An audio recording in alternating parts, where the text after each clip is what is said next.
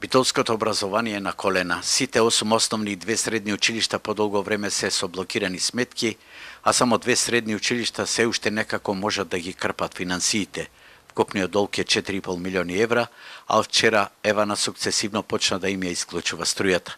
Сега во мрак се 7 училишта, а деновиве сите ќе бидат исклучени. Според соопштението на општината за ваквите состојби, решение немаат и спас ке барат од владините институции. Од Евана велат дека неколку месеци е разговарано за долгот на училиштата и за изнаоѓање решение, но нивните обиди не вродија со плод, па мораат да ја применат последната мерка исклучувањето. Отворени сме за изнаоѓање решение за да се надмине ситуацијата, велат од дистрибутерската компанија. До крајот на оваа недела се очекува сите училишта да бидат во мрак, а безбедноста на објектите загрозена.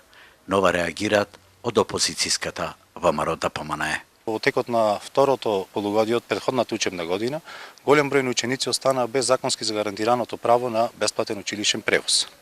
Исто така, во текот на вчерашниот ден видовме дека дел од училиштата се исклучени од напојување со електрична енергија.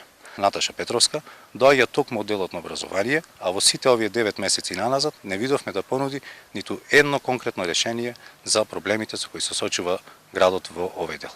Покрај овој проблем, пролетва без ученички превоз останаа гимназијата Јосип Броз Тито и медицинското училиште, а поради доцнење на тендерот за новата учебна година, кој треба да заврши до крајот на идниот месец, најмалку уште 2 месеца сите училишта ќе останат без превоз.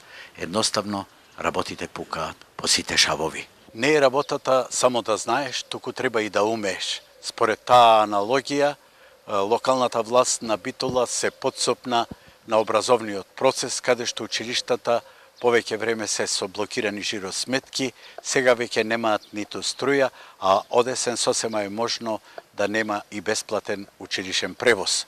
Но, од друга страна, што ли ќе биде кога ќе се отворат комуналните теми, екологијата, урбанизмот, а не треба да стане збор ниту пак за проблемите кои што ќе се отворат со создавањето економски амбиент.